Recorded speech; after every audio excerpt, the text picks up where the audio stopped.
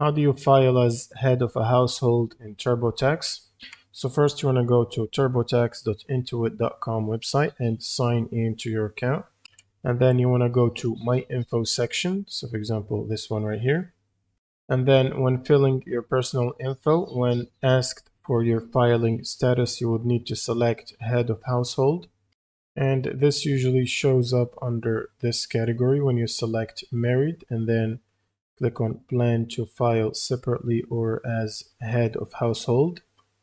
And then you would need to continue entering your information about your qualifying dependent and household expenses if prompted.